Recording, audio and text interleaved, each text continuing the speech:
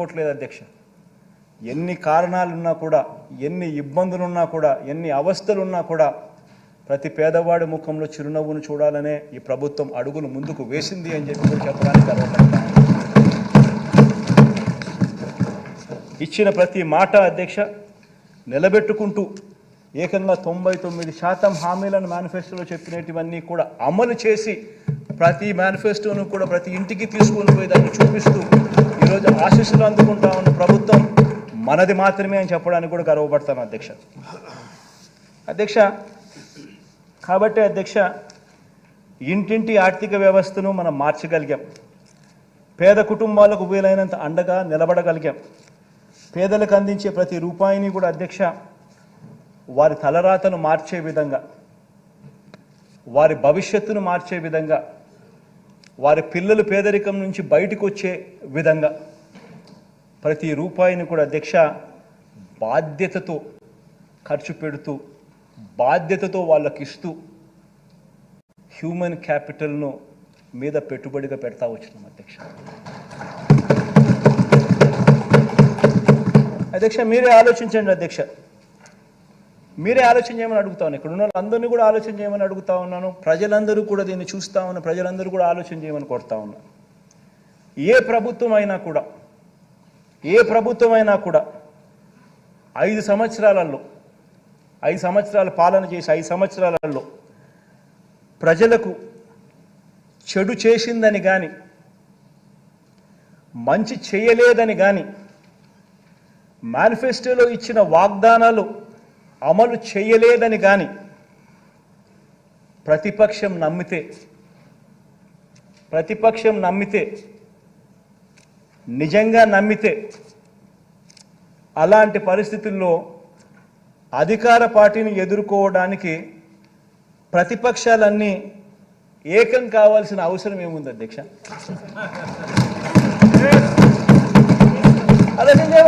అధ్యక్ష నేను ఏకం కావాల్సిన అవసరం ఏముంది అధ్యక్ష? ఎట్టాగో గాలికి ఎగిరిపోతారు. ఏకం కావాల్సిన అవసరం ఏముంది అధ్యక్ష?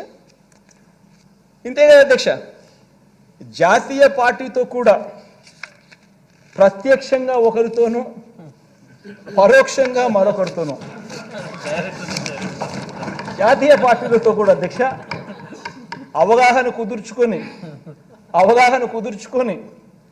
కుట్రలతో పరువు దక్కించుకోవాల్సిన పరిస్థితిలో ఈరోజు మన ప్రతిపక్షం ఉందంటే దాని అర్థం ఏమిటి అధ్యక్ష? ఆలోచన చేయమని అడుగుతా ఉన్నా. ఇంతమందిని ఏకం చేసి ఇన్ని కుట్రలు పన్ని, ఇన్ని ఈనాడు, ఆంధ్రజ్యోతి, TV5 ఇంతమంది, ఇన్ని పార్టీలు, ఇన్ని కుట్రలు, ఇన్ని కుతంత్రాలు, ఇన్ని పొత్తులు. ఆ పక్క చూస్తే అర్జునుడు ఒకడు. ఆలోచన చేయమని అడుగుతాను అధ్యక్ష. ప్రతిపక్షం బలపడలేదు అధ్యక్ష. అభివృద్ధి చేసిన అధికార పార్టీకి తిరుగు లేదు అధ్యక్ష.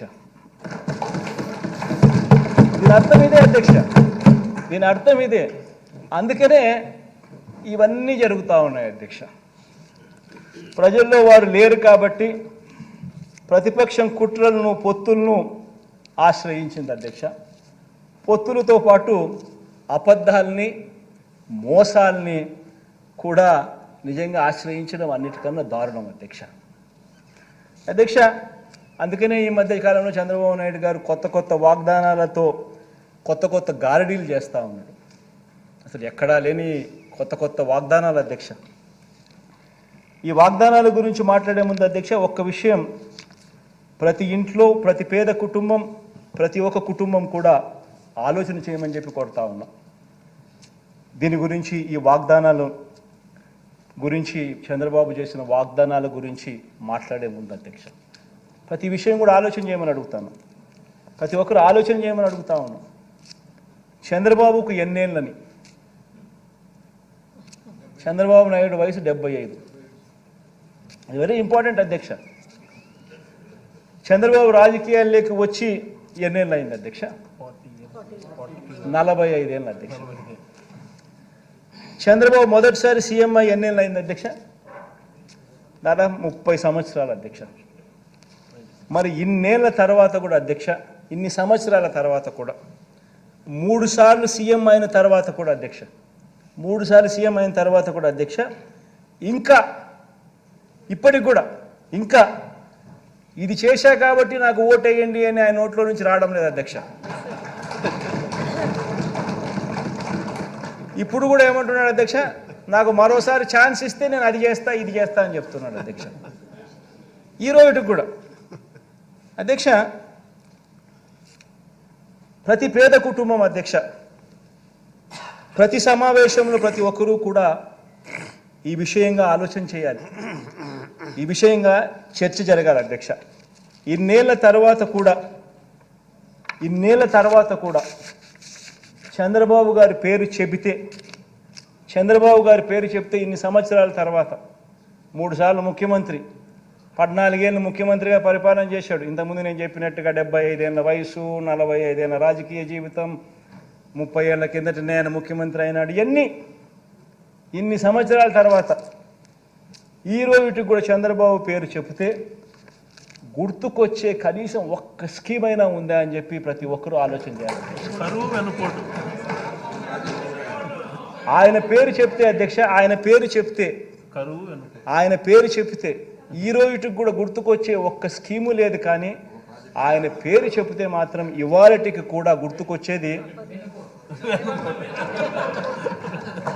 ఇవాళటికి కూడా అధ్యక్ష, ఎన్టీ రామారావును వెన్నుపోటు ఎవడు పొడిచాడు అని అంటే గుర్తుకొచ్చే పేరు ఫస్ట్ చంద్రబాబు నాయుడు. ప్రజలను ఎవరు వెన్నుపోటు పొడిచారంటే గుర్తుకొచ్చే పేరు చంద్రబాబు నాయుడు. అక్క చెల్లెమ్మలను ఎవరు వెన్నుపోటు పొడిచారంటే గుర్తుకొచ్చే చంద్రబాబు నాయుడు. 2000 రూపాయల నిరుద్యోగ భృతి తర్వాత ఇవ్వకోకుండా ఎగరగొట్టింది ఎవరంటే ఇప్పటికీ చంద్రబాబు. బ్యాంకుల్లో పెట్టిన బంగారం రైతులకు ఇప్పిస్తానని చెప్పింది ఎగరగొట్టింది ఎవరంటే చంద్రబాబు.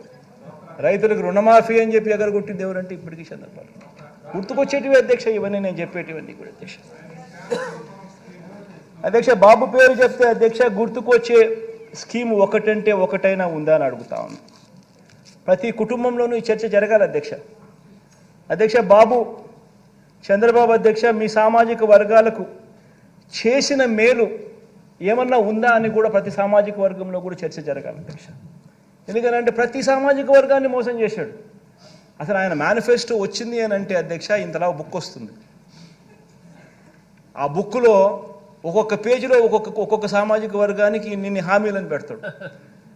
ఎన్నికలు అయిపోయిన తర్వాత ఆ బుక్, ఆ మేనిఫెస్టో ఎక్కడికి పోతుందంటే చెత్తబుట్టలోకి వెళ్ళిపోతుంది. ఆ మేనిఫెస్టో ఎక్కడుందని చెప్పి నెట్లో ఎతికినా కూడా ఎక్కడ కనిపించదు.